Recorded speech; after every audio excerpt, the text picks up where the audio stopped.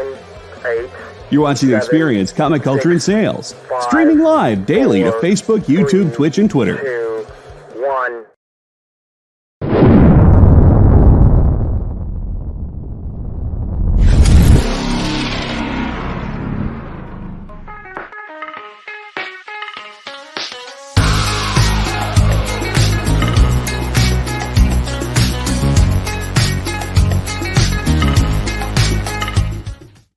Everybody, I am super excited to see you guys today for Talkin Shop. We like to bring you the most recent news about things that are coming out, local comic shops for you, or cool things that are happening near you, so you can actually go and enjoy them. And that is a kind of more to the point what we're working on today. We're going to talk to some very important people that are involved at this really wonderful event that has been put on by the Center for Jewish History in New York City. So my New York peeps, you can totally go to this. It's called JewCE, and it celebrates all the awesome Jewish creators and all of the connectivity to the beginnings of what we have now as a comic book industry. We owe it all to them. So please welcome Danny Fingeroth and Fabrice Sapolsky. Tell us all about it. Hi, Jen. Hope I didn't mess any of those cool things up.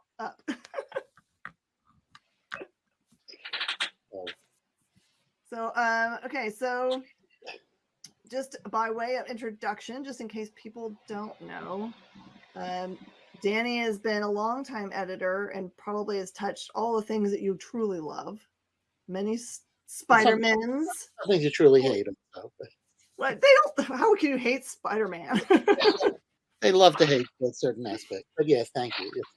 And a writer creator of 2 really great little mini series that I love: The Deadly Foes of Spider-Man, and what is the second one called? Lethal Foes of Spider-Man. Lethal Foes. That's right. Great little snaps into the life of Spider-Man. Oh, nice. Somebody remembers those. Thank you. Those were fun to do. I think that a lot of people love them because almost always when I get collections in that include Spider-Man, they are in them. So people did collect them. So you did awesome, man. Okay, good. Well, no, the royalties were good. The sales were good. So it's fine. It is. Look, it's Spider-Man. So you're right. How bad could it be to work on Peter Parker's adventures? I mean, if you did a really horrible job, people would probably never talk to you again. So no stress. You can't have everything, No. And then also, I mean, like, I guess the thread between you and Fabrice is also Spider-Man, because he is responsible for creation of Spider-Man Noir, which is a crazy idea that works out just right. I guess that just by coincidence is the connection. I think it's more the Jewish connection that Fabrice and I have in common. Yeah. And my mother was a French major, so that this guy. Be thrilled I'm working with a French person. Yeah. I am the product of a war bride and my grandpa, so I am also the French. Wow. Well, there you go. No. Oh, my mother was from the Bronx, but she had a big crush on Marie Chevalier. Oh, wow. That you can. I mean, most of the people of that generation are gone, but that was Chevalier was huge. Chevalier was the biggest star in the U.S. Yeah. Yeah, not in France. It was they thought it was a big fake. It was a big joke, but yeah. Okay, well, it worked here, Mm-hmm. I guess that's all that matters. That's right. That's all that matters, exactly. So you guys have both had very successful careers in comic books, and comic books are something that I didn't come into myself until the 90s. So I was my late 20s when I discovered them for the first time, other than like the occasional one wandering through our best friend's house and we'd read it till it was just shreds. But in any meaningful way, that was when I came into it as an adult. Did you guys enter into your love of comic books when you were very young, or was this something that you encountered later in life like I did? Danny, you want to hit that off? Oh, very, very early. Very, I was, my memory, which, was kind of hazy as childhood memories are, but as a kid, I loved the Popeye cartoons. Popeye animated cartoons that were shown in reruns on local New York TV. And so my parents bought me Popeye comics, and we had comics, comic strips in the newspapers. Oddly enough, the New York Post, the pre-Rupert Murdoch New York Post, had a lot of obscure comics. I don't know, obscure, but comics that were they had comics and they had color comics on the weekend. Yeah, that was just a vocabulary I spoke in from my earliest days, and then I was 8 years old, I think, when I got Fantastic Four #4. So I was jaded. I've been reading superhero comic books and comic books for like 3 years, which is like half my life, whatever. And so I'd seen everything and read everything, and then suddenly the Fantastic Four showed up, and that was there were a lot of people who ended up working in the business and at Marvel in particular within a year or two of my age. I think we were the perfect mindset and age for what Stan and Jack and Steve and Larry and Johnny were doing at Marvel to just hook us right in. I understand there were a lot of guys that ended up in the Marvel offices, like when like at ages that I was like, there's no way that person is doing editing at 16 or whatever. Was that just like because it was such kind of a young man's game then, or 16 is exact? No, I mean, I think people might have shaved a few years off their ages that you're talking about. No, the only I mean, Stan Lee was editing at 18.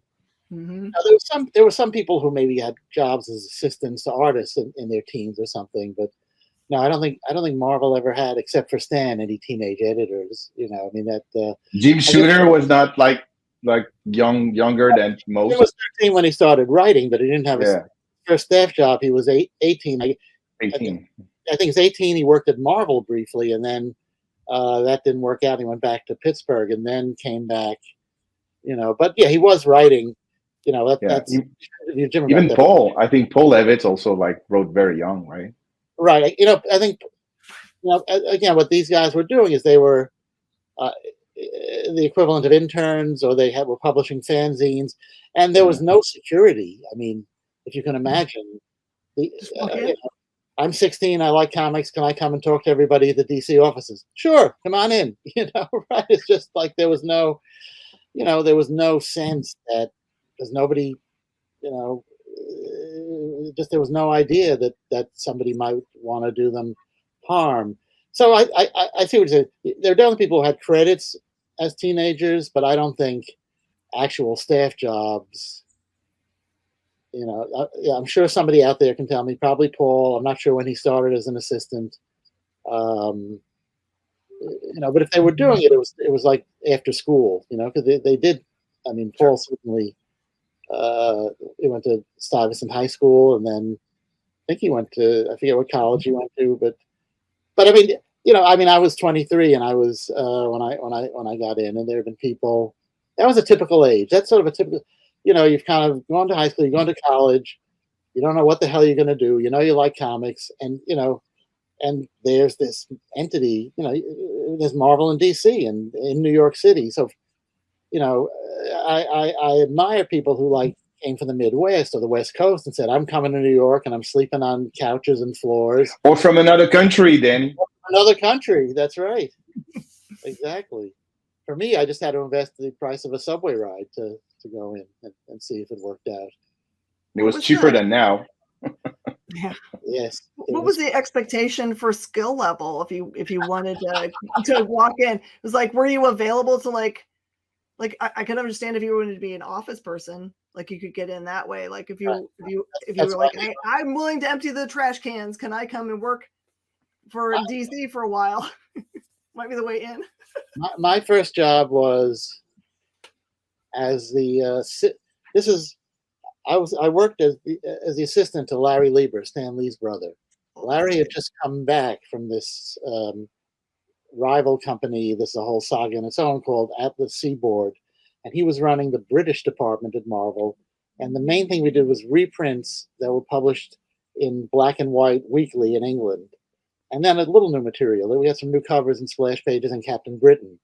So that was a job you could walk into having a basic comics knowledge, but not having to have, you had to be able to proofread. You had to be good with language and sort of a production manager, assistant editor job. As long as I kept the plates spinning and kept this massive material going to England, that was my foot in the door, and it was a job that, as I said, you needed basic editorial skills, and I had some editorial background from things I'd worked on in school, and a film background as well, so that helped. Oh man, this sounds like the best kind of days. Fabrice, what was your origin story? I know we've talked about it before, but I love hearing the story so much. Well, for me, it was different because, of course, I read my first American comics in French. They were translated by a company. At the time, the company was there were two or three companies in the 70s, late 70s, early 80s. The big two companies that were translating American comics were a company named Artima and another one called Lug. And Lug was the biggest company. But strangely, the first American comic that I bought was from the other company, Artima, because they were doing, they were basically publishing all the comics that the other one didn't want. So that was most of the DC books and Conan the Barbarian. And Conan the Barbarian, I remember buying this oversized comic that was square bound, super deluxe thing, and I absolutely fell in love with the art. It was very violent for a 9-year-old, but it was this was France, a little more permissive. So this is how I discovered comics, and then it was nonstop. I kept reading. I was hungry for comics, American comics, never French comics for a reason, because I always found them a little boring for my taste. And I love that American comics would jump at you, and you were completely immersed in the story and the emotions and in everything that you would get from it. The French comics are a little more distant from the reader.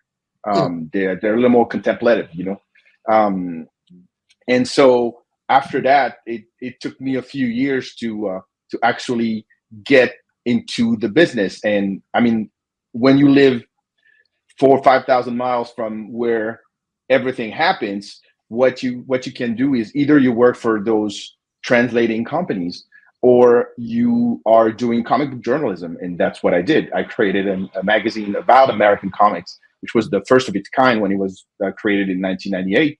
And I was 27 years old at the time. So I was a little older than when Danny really started.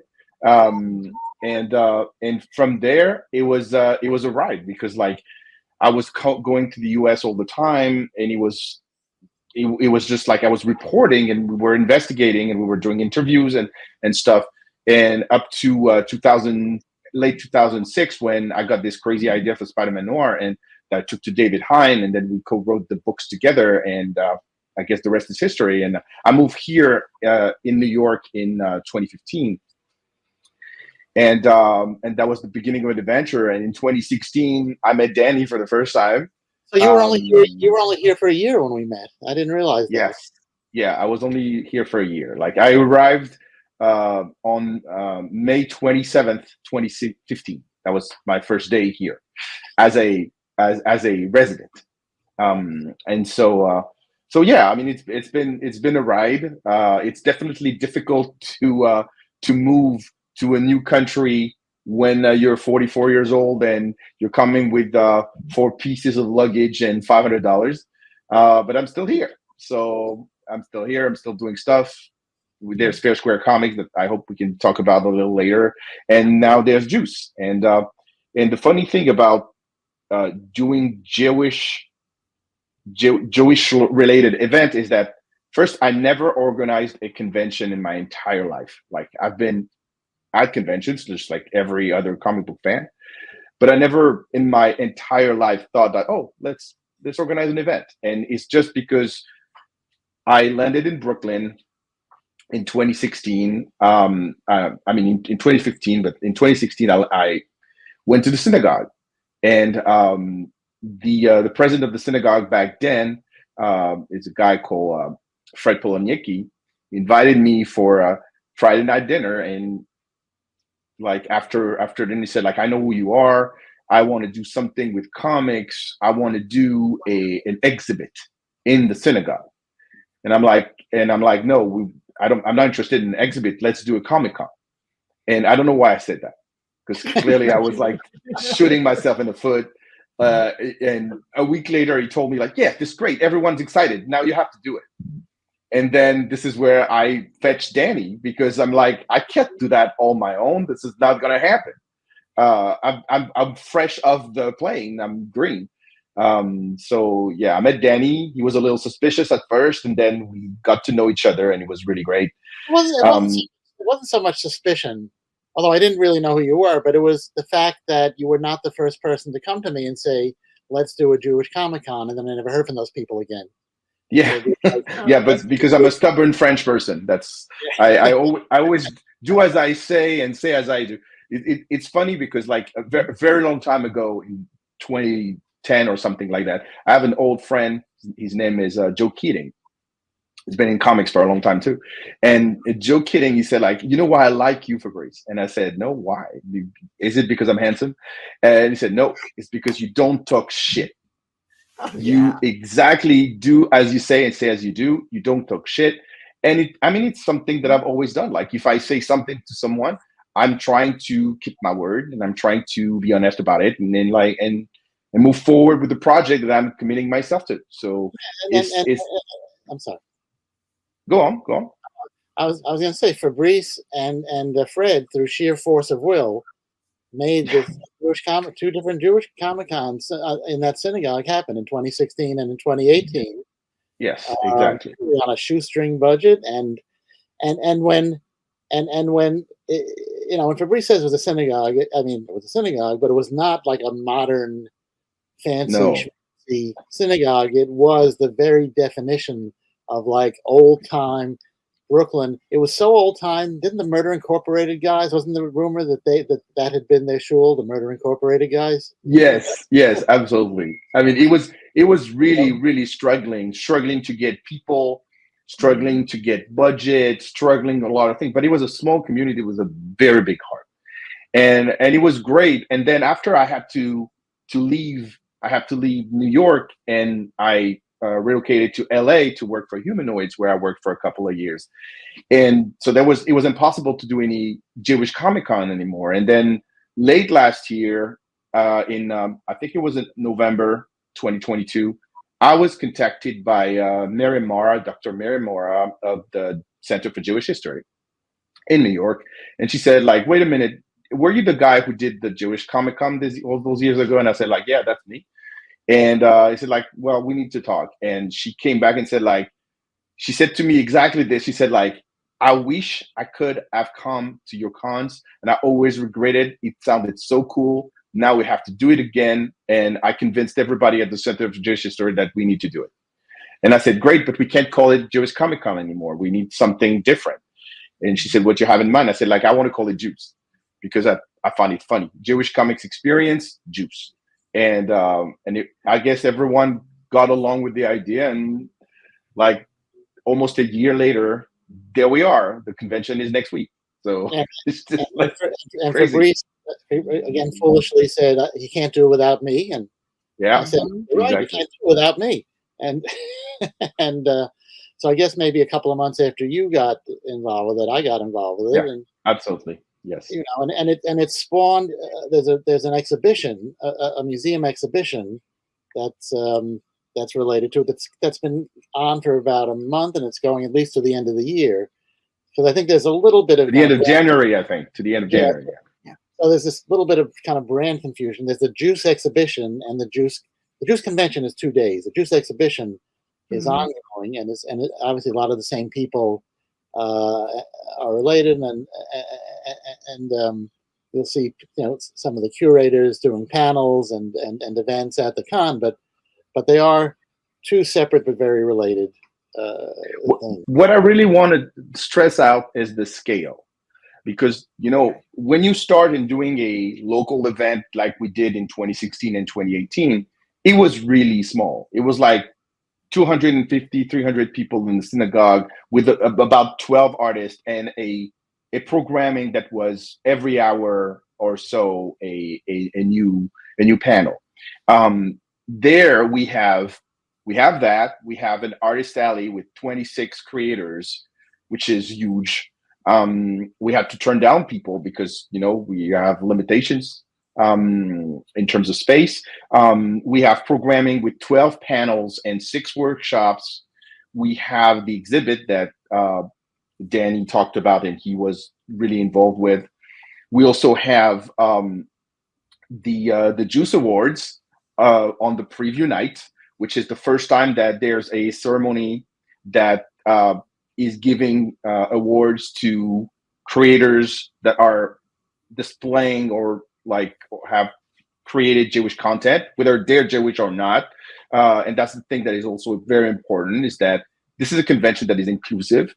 You don't have to be Jewish to appreciate the convention and have fun.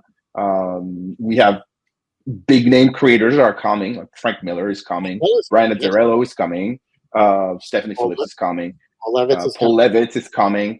So we're gonna have Sapolsky's coming. Excuse me? Fabrice Sapolsky is coming, if we can afford it. Fabrice Sapolsky is there, but and of course we have our guest of honor, Trina Robbins, who is coming and who will receive a very special award on the day of the Jules Pfeiffer is involved. Jules Pfeiffer, 94 and still producing amazing work. I also, one thing that kind of always slips between the cracks, and I'm as guilty of it as anybody, is part of the exhibition is an entire room that's devoted to stuff for kids, with walls they can draw on. We provide them with materials, costumes they can cosplay in and take photos of themselves with one of Fabrice's design covers with the JewCE logo. So there's a lot of stuff for kids. I mean, they may not go for the highly, for some of the academic panels, or they might, but there's plenty for them to do, during the convention, and let's say the whole time that the exhibition is up. And the exhibition is really 5 mini exhibits, curated by 5 people, one by me, one by Eddie Portnoy, one by help me with the by Roy Schwartz. And they're all, yes, if you love superheroes, great convention for you. But if you love indie comics, if you love Yiddish comics, I mean, we're really casting many nets on many different definitions. So it's as much an indie Comic-Con as it is a superhero Comic-Con. Yeah, it's kind of like MoCA, but with a Jewish theme. And not a lot of people know that, but the Center for Jewish History is kind of like the umbrella for 5 other groups that are very different. Like, you have the Yiddish group, you have the Sephardic group, you have all these different associations that are under the Center for Jewish History umbrella, but they have an identity of their own, and they have their flavor, and they all agree to participate to the exhibit, which is absolutely unprecedented, as I was told. I don't think you ever done anything where everybody in the building is participating. Yeah, exactly. So everybody was super interested in. It's like the Switzerland of everything. We're really welcoming everyone. It's like, come as you are, and just show love, and we're going to welcome you. And I also want to say that for me, as not just as a co-creator, whatever one you want to call me, as a creator, it was also a very interesting challenge, because when we started having these conversations with Miriam Mora and Gabriel Rosenfeld and Rio Daniel, at the center, it was also clear that they wanted me to provide some art. And so I created the style guide. Of course, I created the logo, but I also drew the Danny mentioned it. I drew the poster, and I created a gallery of Jewish superheroes that I called the JewCE League. It's awesome. And each one is kind of a different flavor of Jews. You have a Persian Jew, you have a Sephardic Jew, you have a Mizrahi Jew, Jews from all over. You have a Beta Israel, which is Jews that are of Ethiopian descent. And so you have Jews from all over the world. And I think that, I mean, it was never like planned like this, but at a time of challenges like we are living today, it's great to show our colors and to show that we are not just monolithic, and just not just one type of Jew. There are like a million type of Jew. Like there's 13 million types of Jews. And what we brought to this exhibit, what we brought to this convention is as many flavors of Jewness as we can get in one place. For you. So the original rabbi that asked you about doing this just as an exhibition, did you ever go back and talk to them about, could they have ever imagined that this is what it would become? Well, he wasn't a rabbi. Fred was a member of the congregation. I think it was the president. Member of the congregation. Okay. Yeah. You know, actually, I think there were points where we talked about kind of traveling it and maybe doing versions of it in other cities, and you know, just everybody got busy. That might happen. That might happen. That might, yeah. Everybody got busy. There was this pandemic. I don't know if you heard about it. It was in all the papers. You know, that, just people.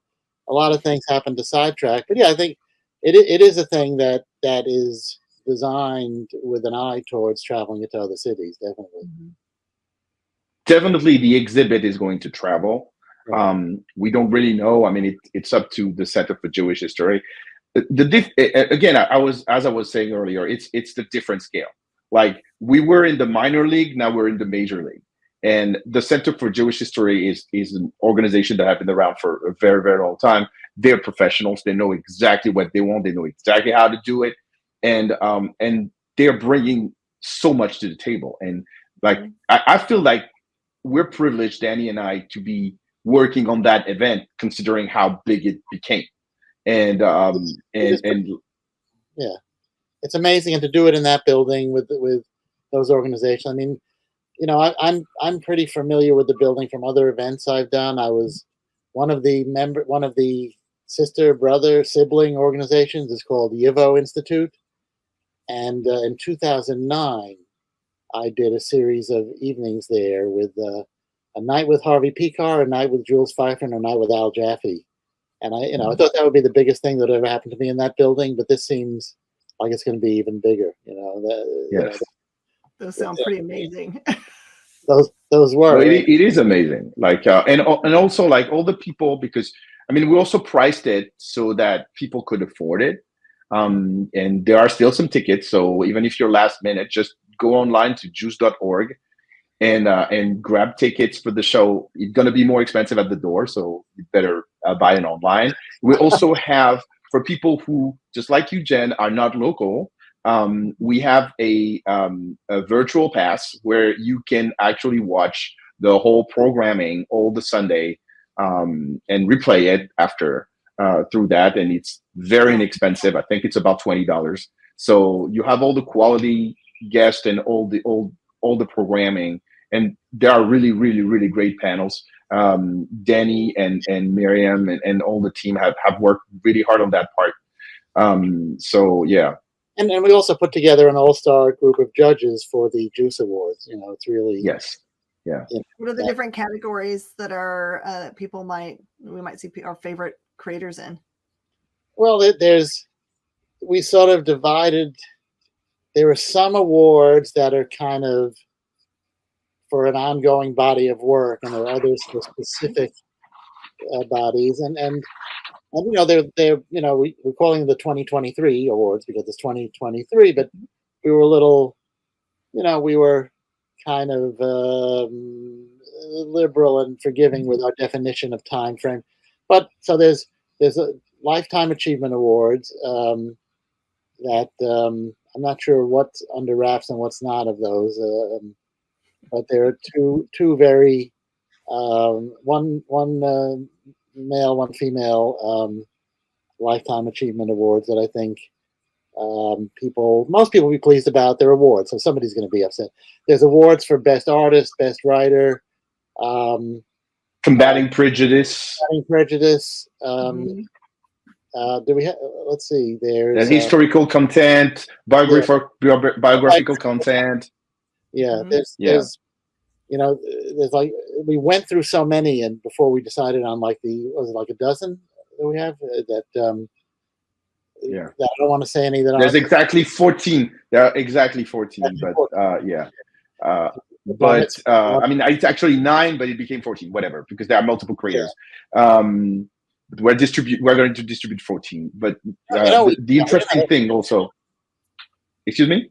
Oh, we didn't have a comedy. We should have a comedy award next year. Yeah, we should do that next year. We need more fun stories. I mean, we definitely need to laugh. Yeah, and not about the Jews, but with the Jews. Yeah. No, I wanted you to talk about the judges, because we had 10 judges, and it was like it really was like super diverse and super like people from every walk of life. Yeah. Well, it was. I can tell you the categories. Let me. Well, whatever. I won't bother. You want to talk about we had people from the mainstream, and we had people who were fiercely independent. That I feel I should look up because I don't want to leave anybody out. So Fabrice, you vamp for a minute, and I will get the judges list.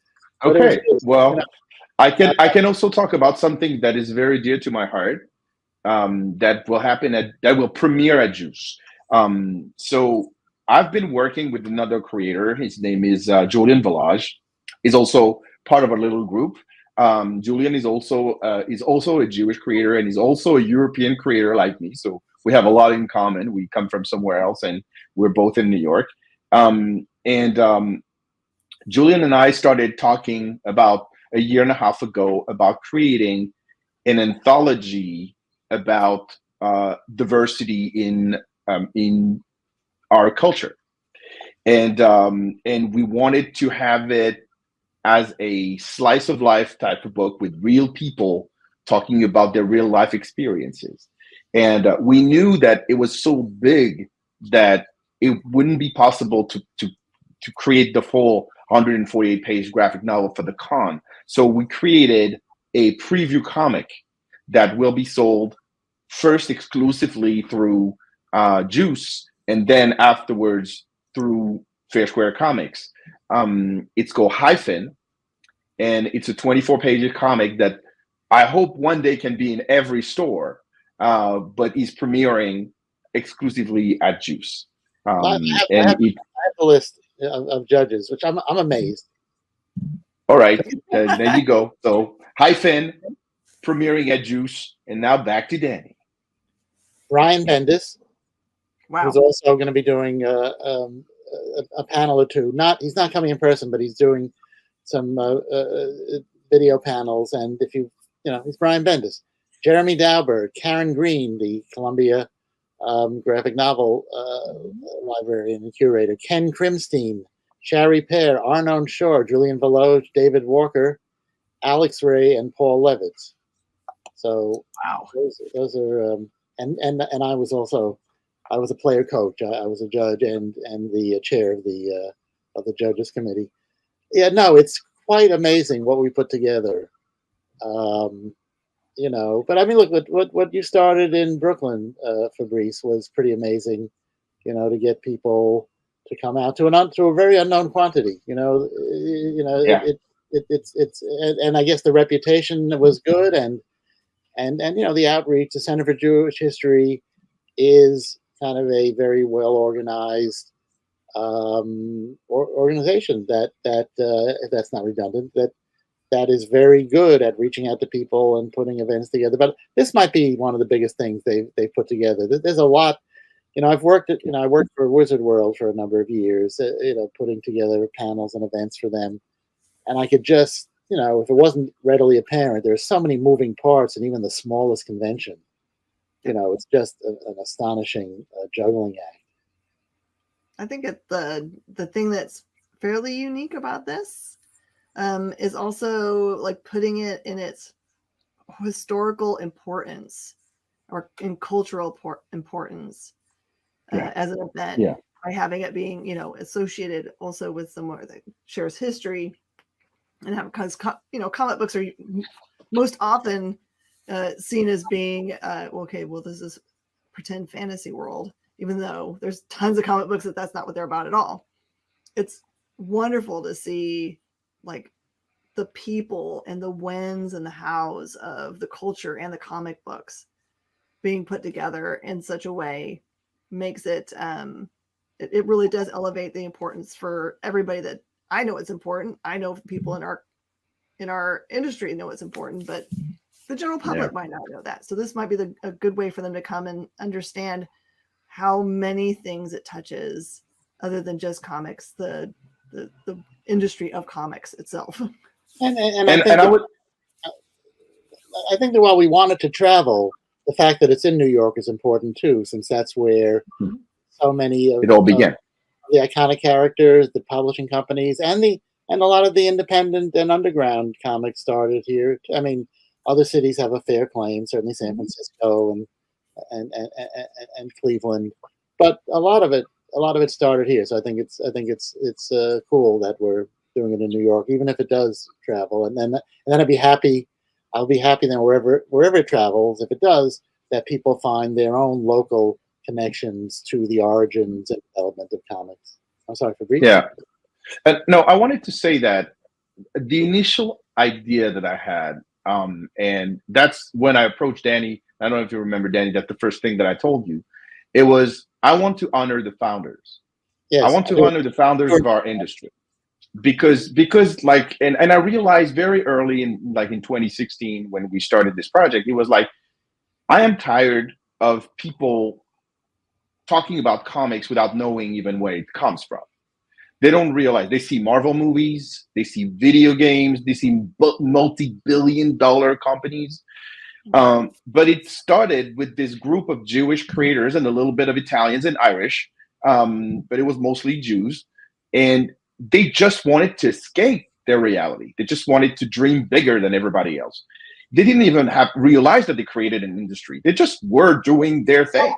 A lot of them couldn't get work in other industries. There was that much exactly, and people forget that in the U.S. in the 1930s there were some very restrictive laws for Jews, and so the thing is that there have been like a lot of Jewish creators over the years, but it has decreased as the amount of people coming into the industry, and it became more mainstream, which is normal because, I mean, as much as we want to move around this number, Jews are only 0.2% of the American population and 0.5% of the world population. So it's just very, very small group of people.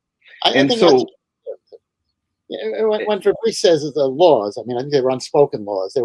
I think America had I want to give America a little bit of credit. They were, it was not, we didn't have actual laws, but there were plenty of unspoken. Well, it was not like in Europe. Let's say there was not like in Europe, like where we had plenty of prejudice. Yes.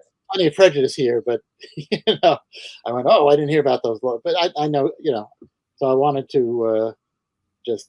Yeah, I mean, it was harder. It was harder. It was harder to get out of the boundaries of the community. Exactly. But anyhow, so I really wanted that, and I think when I said to Danny, like, do you know that there's not a lot of Jews left in our industry? And he said, I think you're wrong. There are still a lot of Jews left in our industry. And I said, well, maybe over a certain age, but younger, not really.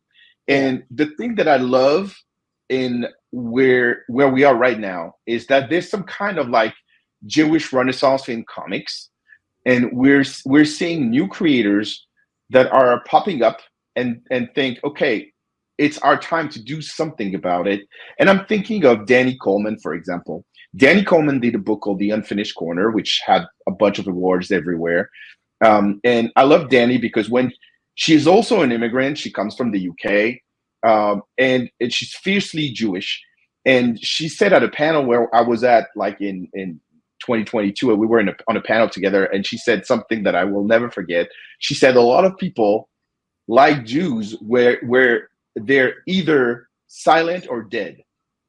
And this is our time to tell our stories before someone tells them, and it's not going to be accurate, or it's not going to be right. So I think she's absolutely right. And it also opened my eyes as a creator. And I mean, I know that Danny's going to talk about his book, his current book that's coming out, and that has some Jewish elements in it. But even for me as a creator, it was kind of a wake-up call, because I've always toyed with the idea of like putting some Jewish content, but it was very, very subtle, up to the point where I really realized that I need to show my colors and show who I was and stop hiding.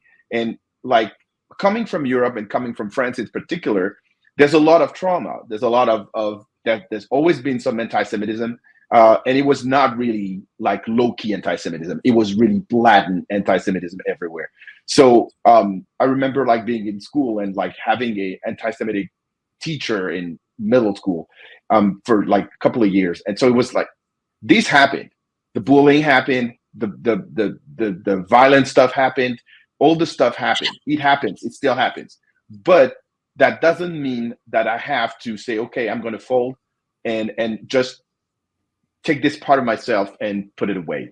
Now I decided that I put it front and center. When I published in June 2023, the last Intertwined book, The Last Jewish Daughter of Kaifeng, which was extremely well received and we're actually sold out, it made me realize that this is exactly what I should do. There should be some Jewish content in my body of work every time I can. Not exclusively, of course, because we live in a multicultural world, but I dare to speak about the topics that I really know.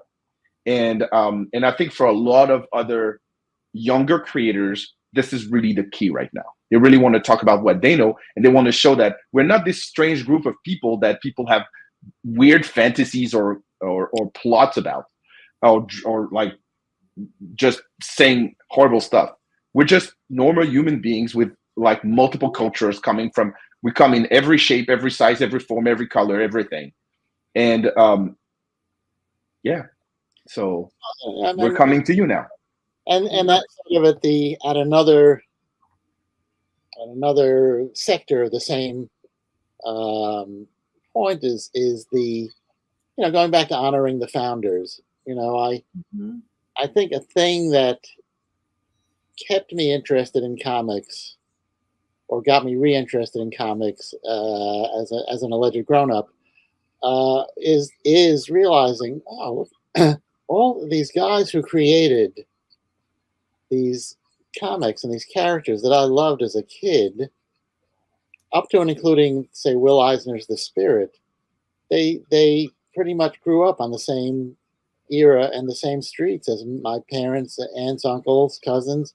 It was like, okay, so these are universal stories, but no wonder there's an angle that sort of attracts me to them that maybe other people, would not get or appreciate. So, so much to the point where I now serve, and I have for years, as a consultant to the Will Eisner Studios, running Will Eisner Week for them.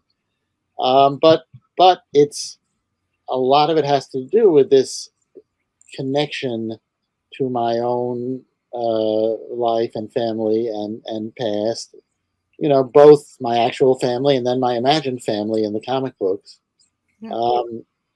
So that, say, one of the panels we're doing at the convention is Paul Levitz will be interviewing Jules Pfeiffer, who started his career as Will Eisner's assistant in the 1940s. And went on to become Jules, screenwriter, cartoonist, children's book author and artist, playwright. It's a unbelievable career, and so we I totally agree with Fabrice that showing what young people are doing and and things they're doing that are different than the founders. But one of the things, maybe this might be like in a way the very definition of the convention. We have participating in the convention through loaning some artwork is Jesse Simon, who's the grandson of Joe Simon, who co-created Captain America and was the first editor of Marvel Comics, and Joe had a list of credits as long as your arm, and so his grandson is now participating in the Jewish Comic-Con, which is just wonderful. That is amazing. It's like the more you say, the more I'm like going, can I catch a flight? Where are you? You're always welcome. I'm all the way in Houston. Well, you have to come see me in Dallas. I'm going to be in Dallas in a few weeks. Really? I am. Funny you should ask. Tell us more. I have written a biography of a guy named Jack Ruby, the guy who changed history when he killed Lee Harvey Oswald on television. It's a product that, if you look behind me, you can actually see the cover of the book back there. I can bring it up. I can bring it forward. I want to see it. I want to see it. Yeah, this is the book. And this started as a graphic novel that I was doing with Rick Geary, that then got backburnered. But I transformed it. We may yet do it, but I transformed it to a prose book. But yes, I'm coming to Dallas to speak at the Dallas Jewish Historical Society on November 20th about Jack Ruby. So I might have to make this happen. And if you my favorite things, true crime and okay, oh good. Well, I'd love to come talk. And you said you're in Houston. You said you're in. Yeah. I would love to come to Houston to talk about this. All right, enough. Me too, but Yeah, not to talk about Ruby. But Ruby was maybe not the proudest Jewish moment, but it's a fascinating, weird Jewish story. I had I had access to the notes that his rabbi took visiting him in jail, like every other day for 3 months, and yes, I do not solve the case. I have not solved the JFK assassination, but I bring some light to this really weird guy who was, for better or worse, one of the oddball Jews of all time who changed history. You know the movie Weekend at Bernie's? Yes. The actor who starred in that, Jonathan Silverman? Yes. His father was Jack Ruby's rabbi. So what in the world? yeah, he just died like 6 months ago at age 99. And that I talked to him. It's if you're into true crime and into history and into kind of knowing how we got where we are today in a lot of ways with sort of modern conspiracy whatever, then you might like this book. Did you delve like all the way back to like his childhood? Well, yeah, you get access to that. Oh, that's amazing. As much as one could. I mean, it's one of those childhoods in like the Jewish ghetto of Chicago of the he was born in 1911. So as much as one, could find, but I delved pretty far back. But it does, start kicking to gear when he gets to Dallas. But he had a lifelong friendship with a boxer named Barney Ross, who from the days when boxing was just like comics were for Jewish immigrants needing to make a buck any way they could, boxing was that way too. And a guy named Barney Ross, who was pretty famous in that category of famous Jewish boxers, was Jack Ruby's best friend from childhood. So I go into, and he had a life that was so interesting. They made a movie with John Garfield called Body and Soul. Okay. That thinly disguised Barney Ross. Yeah. So, and to bring it back to comics, Barney Ross was the subject. I printed. Barney Ross was the subject of a bio comic written by Patricia Highsmith. Oh yeah. So yeah, as two of my obsessions are Bob Dylan and comic books. So there's a lot of Bob Dylan and comic books in the Jack. There's more connections between all those different things than you would think. You got to stay after Rick Geary to make that graphic novel. That's my wish.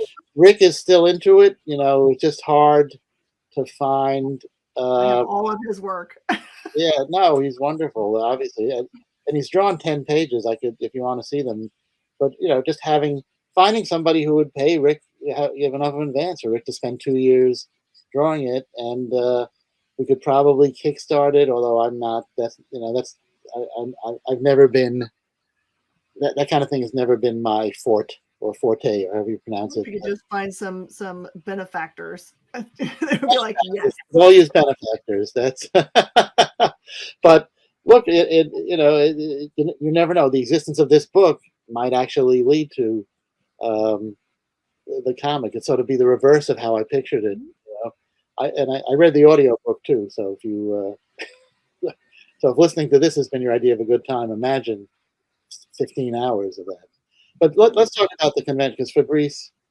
Yeah, we got about 3 more minutes. Okay. You guys spend some time getting everybody like super excited about it. Tell them what the extra reasons they need to decide to go buy a ticket, and we'll have a link in our comment section so that people will be able to just click on it and go at it. Get them in, draw them in. All right. So you could absolutely come for the kosher food trucks, if it's your thing. But I would say the talents. Yeah. This is also something that I wanted to mention earlier, and this is like crucial. And I guess this is also, it takes back to how I feel about comics. Comics should be creator driven and not necessarily corporate driven. What I love about what we're doing with the Center for Jewish History is that they understood very early on that an event like that should be creator driven, because our founders were creators. They were not business people. They were creators first. It was clearly one of those things that was led by creators. So it's creator driven, and creators are front and center. And so for the creators, the Frank Millers, the Stephanie Phillips, Paul Levitz, Brian Bendis, who will be in Duplex, the Danny Fingeroth, Julian Village, Dan Goldman. I mean, there are so many, of course, Trina Robbins, Cherry Pear, Tara Liebinson. There are so many different creators. Like we have at least 40 or 60 different Jewish creators that are going to be involved. Ari Lockhart. Simcha Weinstein is coming. What? Ari Kaplan is coming. Simcha Weinstein is coming. Yeah, Dean Haspiel, Peter Rostov. There are so many. It's a celebration. I mean, it's a let's face it. All the news is bad. It doesn't matter what media you look at. It's just and we want to have a Simcha, and we have somebody named Simcha coming, but we just want to have a celebration of comics, of Jews in comics, of everybody in comics.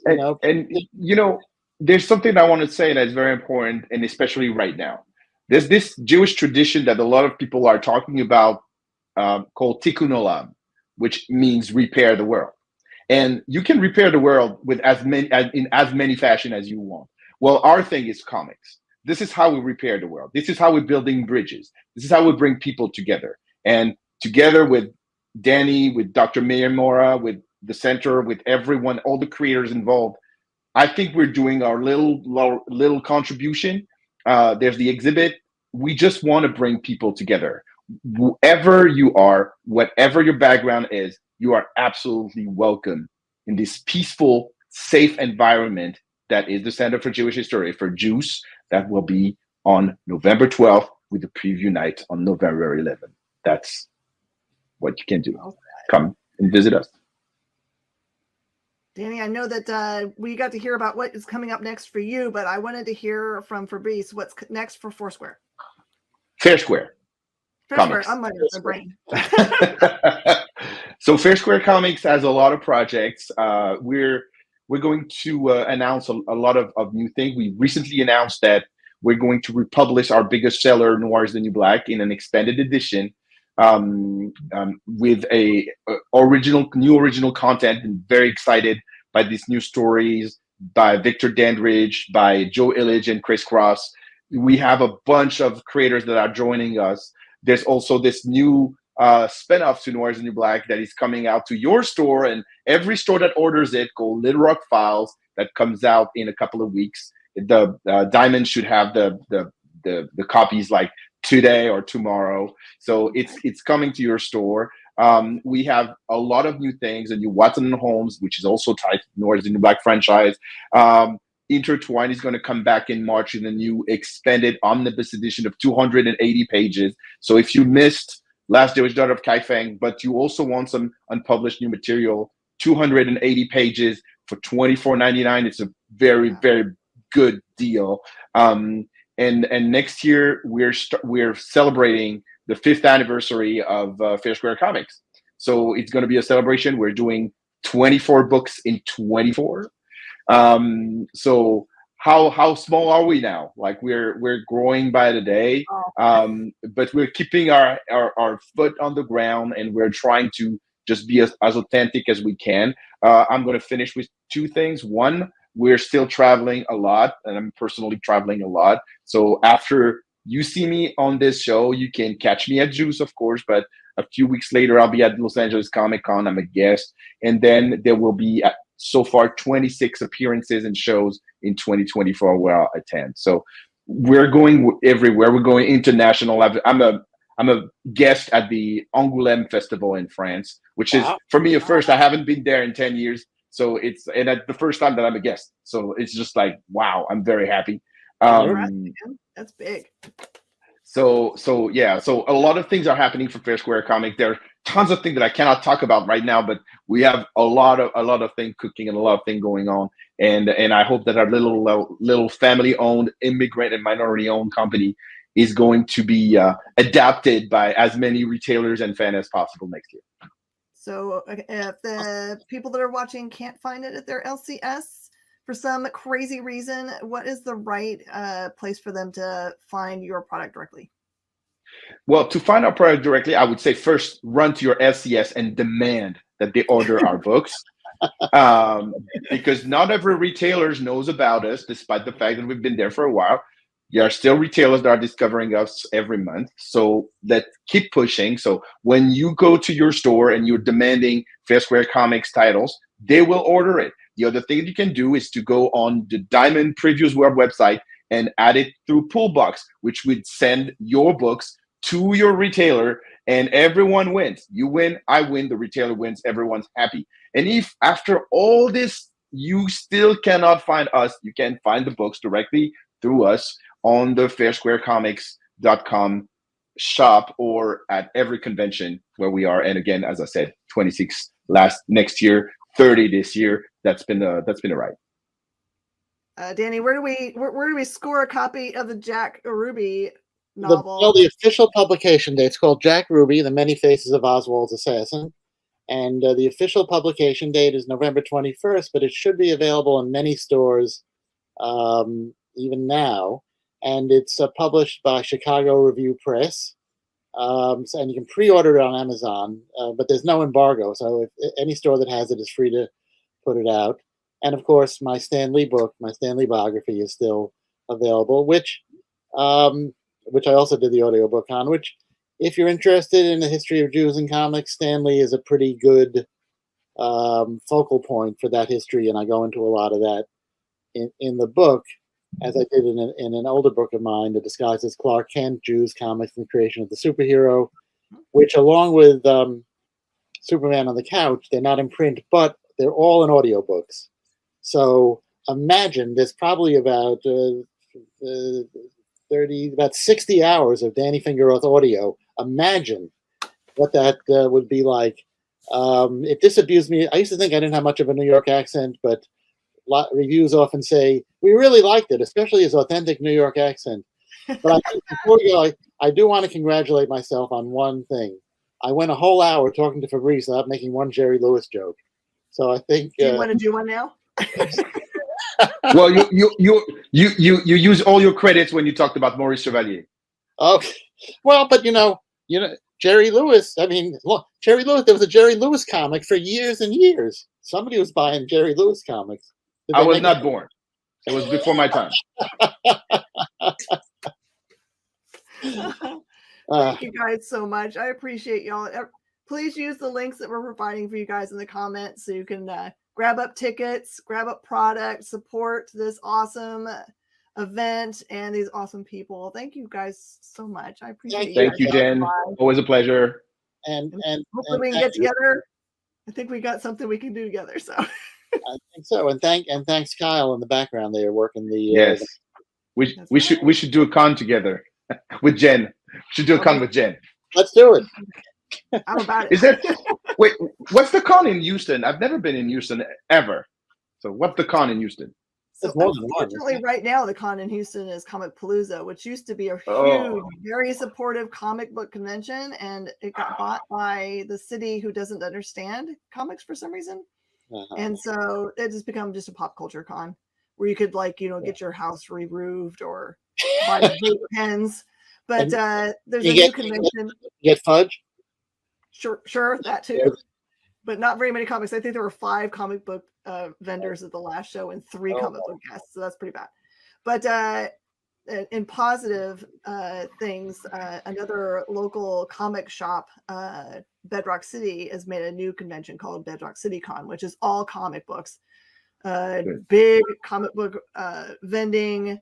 So if you have like one hole in your collection, they could probably find it there.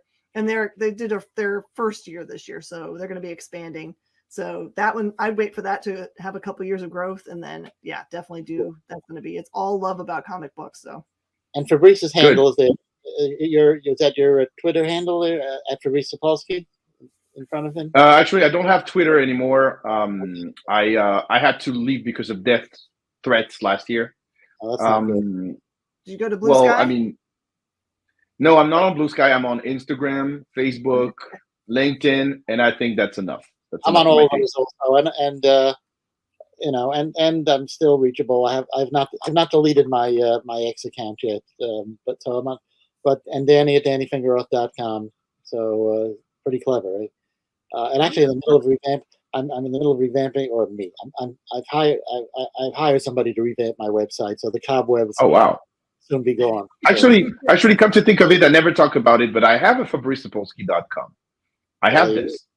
It's like more of a resume, or people who have never heard about me and what I've done, or think that I only did one comic from Marvel in my life for some reason.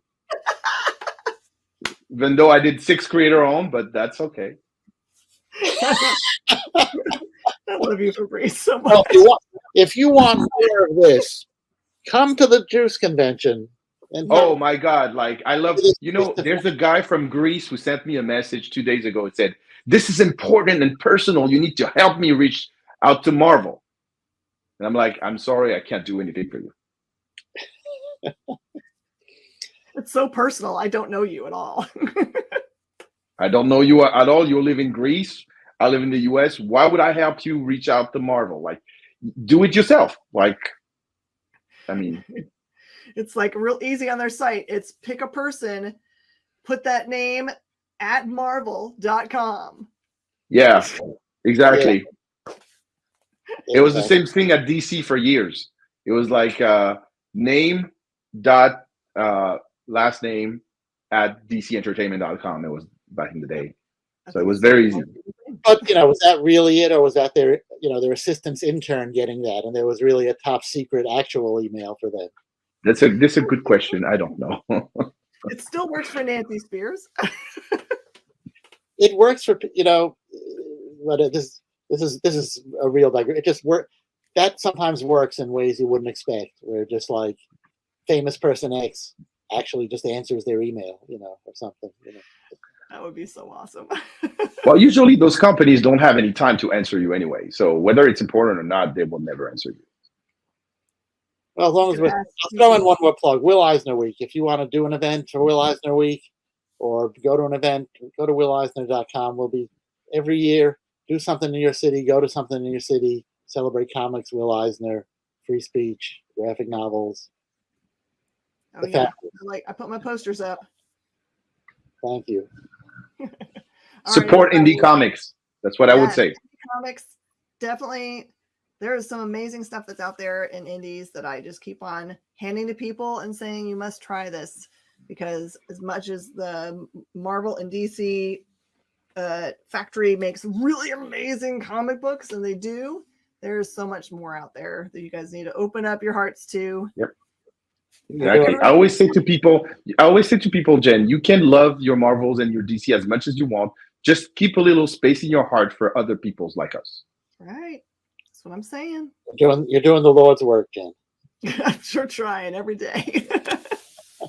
All right, everybody. Thank you so much for joining us. Thank you. I appreciate all Bye, being here everyone. on Talkin' Shop and Experience.